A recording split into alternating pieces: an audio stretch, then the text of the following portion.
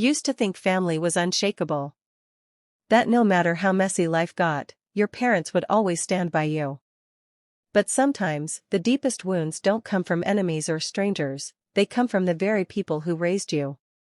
Growing up, I always noticed my parents had a soft spot for my brother, Daniel. He was the golden child, the straight-A student, the star athlete, the one who never seemed to do any wrong. Meanwhile, I, Julia, was the difficult one. I loved writing more than sports, I preferred painting over family business discussions, and I wasn't afraid to question their authority. But I brushed it off, thinking that when we grew older, things would even out. When we all had kids of our own, surely love would be shared equally. I couldn't have been more wrong. The cracks started showing during birthdays. My kids, Lily and Max, would unwrap modest gifts from my parents, like a simple toy or a book. While Daniel's children, Emma and Noah, would get iPads, bicycles, and entire Lego cities. I tried to swallow my feelings. It's just money, I told myself. My kids don't need flashy gifts to know they're loved. But then came the day that broke me. It was a crisp November afternoon when I called my mom to ask about Thanksgiving plans. I was already planning what pie to bake and how Lily loved helping me set the table. But my mother's voice on the other end was cold, rehearsed almost. Julia. I think it's best if you and the kids don't come this year. My heart stopped. What? Why? Did something happen? She hesitated, then said the words that would burn into my memory forever. Sweetheart, we love Daniel's children more. They're easier to handle, and frankly, your kids are a bit too much. We don't want them here for Thanksgiving. I gripped the phone so tight my knuckles turned white. My children? Too much? My children, who adored their grandparents. Mom, are you listening to yourself? You're banning my kids from Thanksgiving because you prefer Daniel's? My voice cracked between disbelief and rage. Don't take it personally, Julia, she sighed. It's just the way things are. Daniel's children are like the grandchildren we always dreamed of. Yours, well, they're different. Different. That word echoed in my ears like a curse. When I hung up, Lily came running into the room, holding a drawing she had made for her grandparents, a colorful turkey with shaky crayon strokes. Do you think Grandma will like this at Thanksgiving? She asked, her eyes sparkling. I couldn't answer. My throat tightened as tears welled up.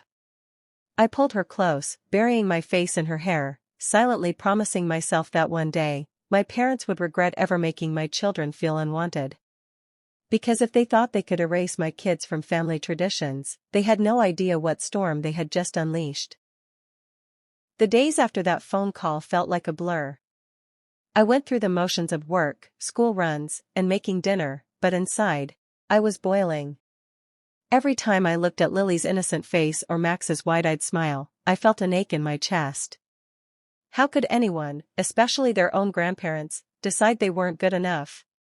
My husband, Ryan, noticed my distance. You're quiet, he said one evening, placing a hand on mine as I pushed food around my plate. I told him everything. The words spilled out of me, broken and trembling, how my mother admitted she loved Daniel's kids more, how we were banned from Thanksgiving, how my children were seen as different. Ryan's jaw tightened. That's unbelievable. Julia, no child deserves to hear that. And certainly not from their own grandparents. He paused. So, what do you want to do? At first, I didn't know. Part of me wanted to call my parents and scream. Another part wanted to just cut them out completely. But then I thought of Lily's turkey drawing, and Max's excitement every year about his grandma's pumpkin pie.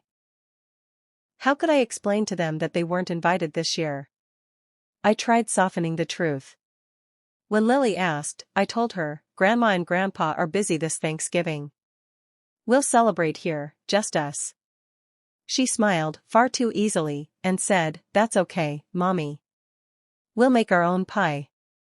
But I could see the flicker of disappointment in her eyes. She missed the big family dinners, the cousins, the laughter. The night before Thanksgiving, I sat in my living room, scrolling aimlessly through social media. That's when I saw Daniel's wife, Claire, had posted a photo of their kids helping my mom set the table at her house. The caption read, "So grateful for family. Can't wait for tomorrow's feast." My stomach dropped. It wasn't just that we weren't invited, it was that they were pretending everything was perfect, as if my children didn't even exist. Ryan saw my face and leaned over. When he read the post, he muttered, "They're erasing your kids, Julia. That's not just unfair, it's cruel." That night, something inside me hardened. If they wanted to push my kids aside, I wouldn't stop them. But I wasn't going to sit quietly while they built their picture-perfect family narrative. They needed to be reminded that love isn't about picking favorites, it's about showing up for everyone, especially the ones who need it most. The next morning, while Daniel's children sat at my parents' table, laughing and eating turkey, I started a different tradition with my family. We cooked together. Lily mashed the potatoes with too much enthusiasm, Max taste tested half the pie filling, and Ryan roasted the turkey like his life depended on it. Our living room was filled with laughter, warmth, and joy. At one point, I snapped a photo of Lily and Max holding hands at the table, their faces glowing in the candlelight. I posted it online with the caption, "When love isn't conditional, you don't need a big table to feel like family." Thankful for these little hearts who make every day brighter. It wasn't meant as a weapon, but it was a statement. And sure enough, within minutes, Claire liked the post. Then Daniel. Then silence.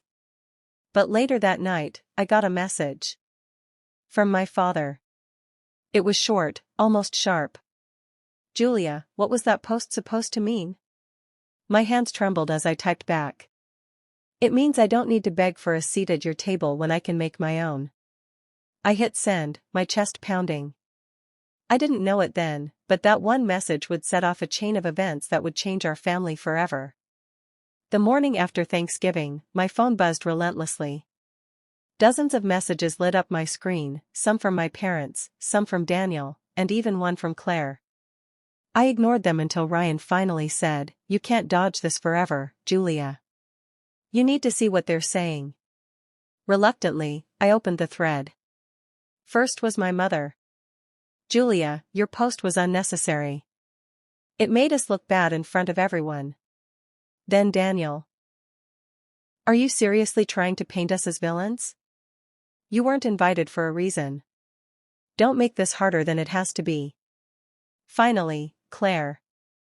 "I don't know what your issue is, but the kids had a wonderful time. Maybe focus on your own family instead of trying to drag everyone else down." I stared at the screen, stunned. Not one word of apology. Not a shred of remorse. It was all about appearances, their reputation, their perfect holiday. I typed back, my hands shaking with both fury and sadness. "You didn't just forget us. You made a choice. You told me you loved Daniel's kids more, and you banned mine from Thanksgiving. That's not family, it's favoritism." Minutes later, my father called. Against Ryan's advice, I answered. His voice was stern, heavy with disappointment. "Julia, you're blowing this out of proportion. Your children are more difficult. They don't sit still, they ask too many questions. It's exhausting for your mother. Daniel's kids are polite, quiet, easy. That's why we prefer having them around." My chest tightened. "Dad, they're kids. They're supposed to be loud and curious. You're punishing them for being themselves." He sighed. "You've always been dramatic, Julia. Always turning small things into crises.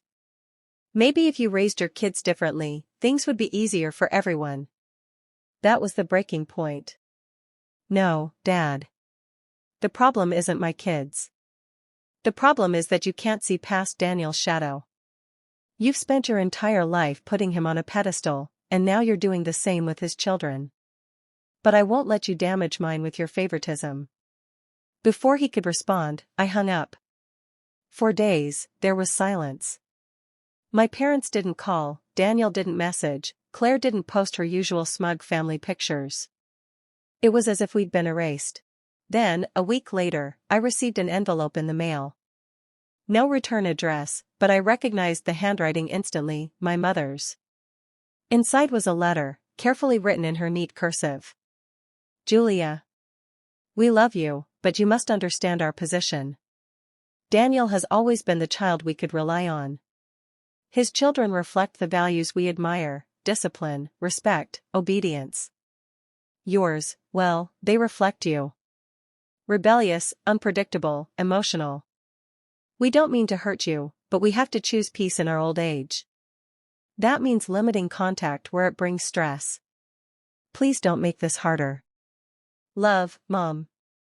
I read the letter 3 times, my vision blurring with tears. Then Ryan took it from my hands and crumpled it.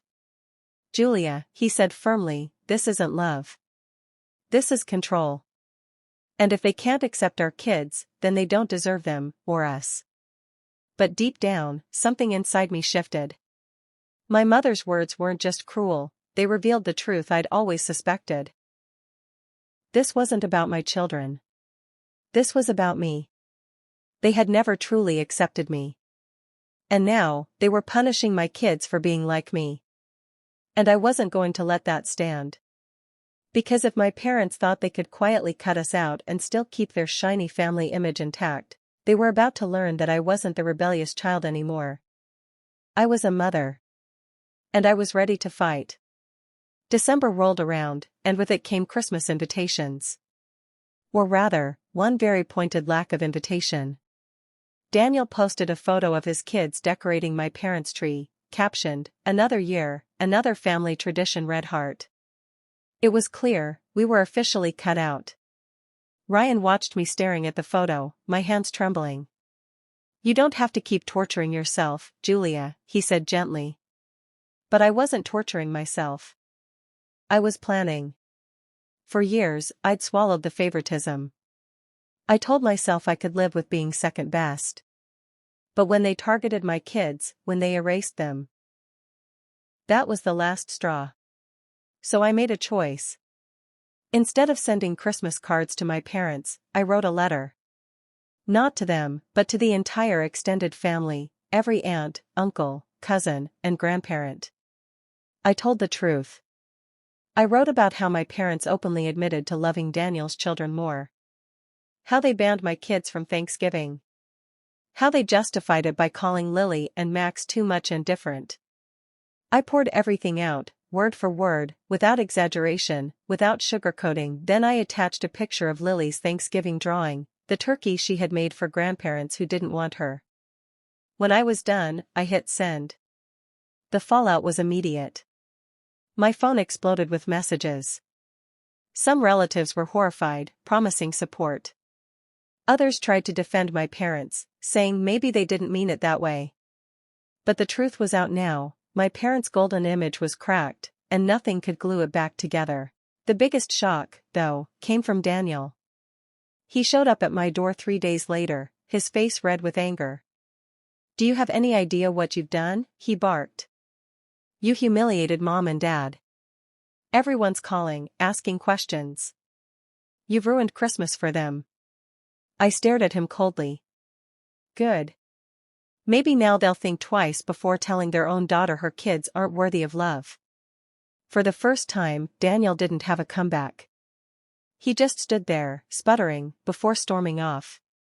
A week later, I got a call from my father. His voice was shaky, nothing like the commanding tone I'd grown up with. Julia, we didn't realize how far this had gone. We didn't think you'd tell anyone. Maybe we made a mistake. I closed my eyes. You didn't make a mistake, Dad. You made a choice. And I made mine. From that moment on, I stopped chasing their approval. That Christmas, we didn't sit under my parents' tree. We didn't exchange gifts with Daniel's family. Instead, Ryan, the kids, and I decorated our own tree with handmade ornaments. We sang off-key carols, baked too many cookies, and laughed until our stomachs hurt. Lily hung her turkey drawing on the fridge, smiling proudly. Max climbed into my lap, his sticky fingers clutching a candy cane. And for the first time in years, I felt at peace. Because I realized something my parents never would: family isn't about favoritism, or appearances, or choosing the easy ones. It's about love, the messy, loud, unconditional kind. And while my parents may have chosen Daniel's children, I chose mine. And that was the only choice that ever truly mattered.